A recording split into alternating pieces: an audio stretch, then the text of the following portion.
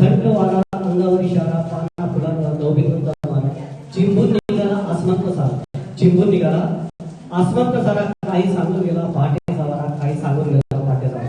हे तुमच्यासाठी होतं तुमच्या आमच्यासाठी होतं पण पावसाचा सर्वात जास्त जर परिणाम होत असेल तर तो शेतकऱ्यावर होतो सर्वसामान्य जनतेवर होतो त्यांची व्यथा मांडण्याचा प्रयत्न मी छोटासा प्रयत्न मी या कवितेतून केलेला आहे माझ्या कवितेचं नाव आहे पाऊस पाठवा कसं सांगू देवा माझ्या मनात दिलं होतं कसं सांगू देवा माझ्या मनात दिलं होतं नाही राहिलं पीक कसं पाहू मी सपाट कसं सांगू देवा माझ्या मनात दिलं होतं नाही राहिलं पीक कसं पाहू मी सपाट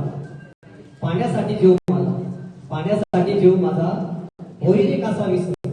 पाण्यासाठी जीव माझा होई रे कासा विस रानोमान भटकून मिळेना कोसत रानोमान भटकून मिळेना कोसत मिळे घोटभर पाणी दिस जाई त्यात निघून मिळे घोटभर पाणी दिस जाई त्यात निघून सातक बनवून पाहतोय वाट पावसाची आला रे पाऊस आला रे पाऊस मन भरून निघालं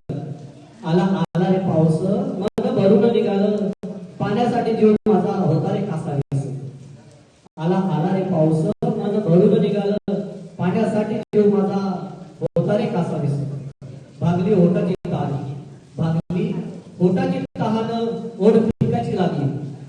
भागली ओटाची तहान